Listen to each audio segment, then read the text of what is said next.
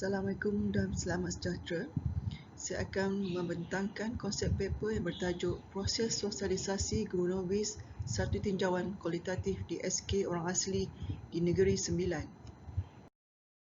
Sedikit latar belakang berkenaan dengan paper ini. Guru novis bermaksud guru baru yang berkhidmat sepanjang 3 tahun pertama di sekolah. Sosialisasi pula bermaksud pembiasaan seseorang penjawat awam baru kepada tuntutan dan cabaran peranannya serta struktur, budaya dan iklim kerja di tempat ia ditugaskan. Penjawat awam baru di sini dimaksudkan ialah guru baru atau guru novis.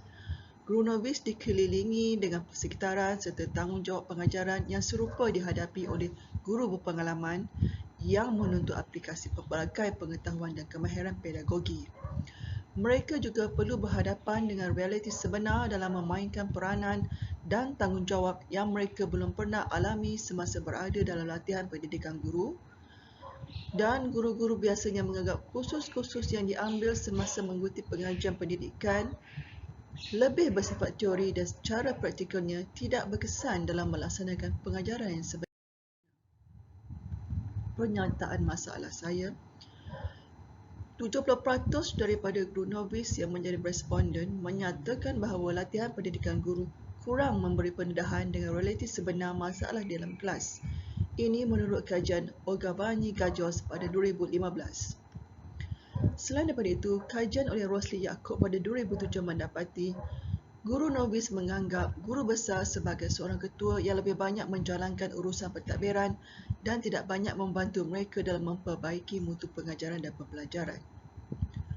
Majoriti guru novis juga menyatakan mereka menghabiskan masa lebih banyak untuk mengendalikan sikap pelajar semasa PDDP dilaksanakan.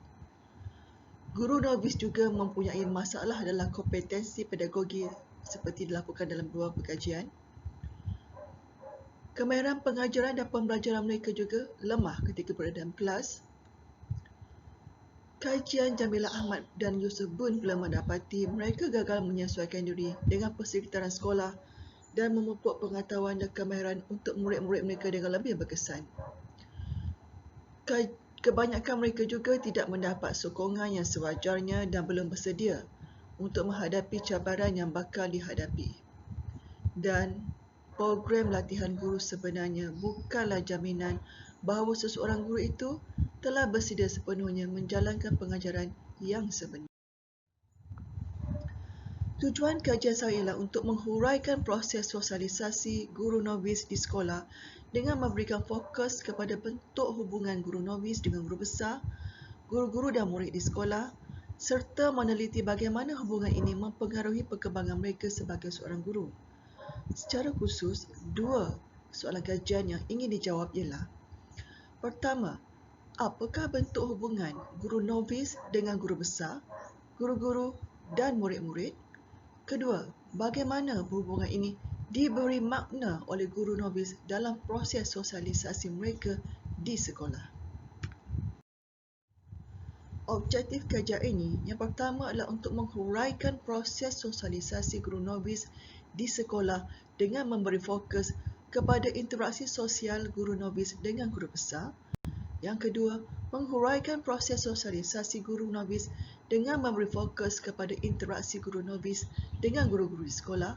Yang ketiga, menghuraikan proses sosialisasi guru novis di sekolah dengan memberi fokus kepada interaksi sosial guru novis dengan murid-murid dan meninjau bagaimana interaksi tersebut mempengaruhi perkembangan perspektif guru. Persoalan kajian di sini adalah apakah bentuk interaksi guru novis dengan guru besar, apakah bentuk interaksi guru novis dengan guru-guru, apakah bentuk interaksi guru novis dengan murid-murid, dan bagaimana proses sosialisasi ini mempengaruhi perkembangan mengajar guru novis. Kajian ini adalah berbentuk kajian kes dengan menggunakan persampilan bertujuan.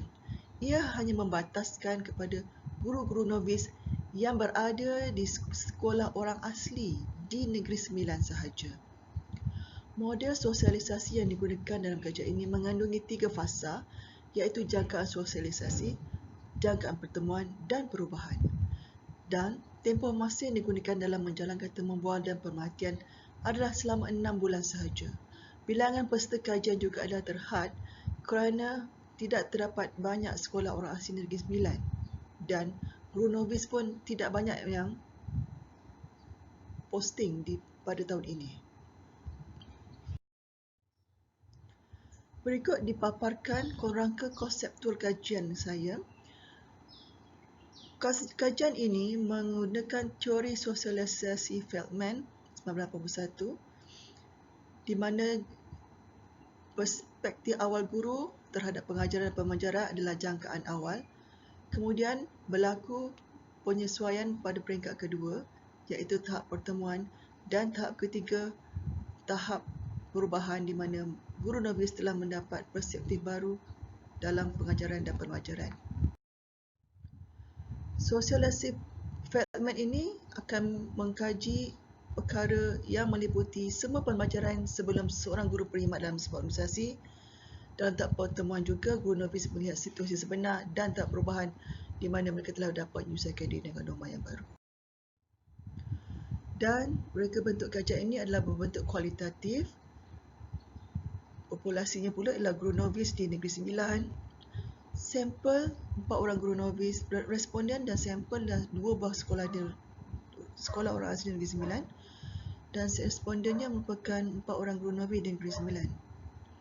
Kaedah yang digunakan ialah kaedah pemerhatian, temu buah dan analisis dokumen.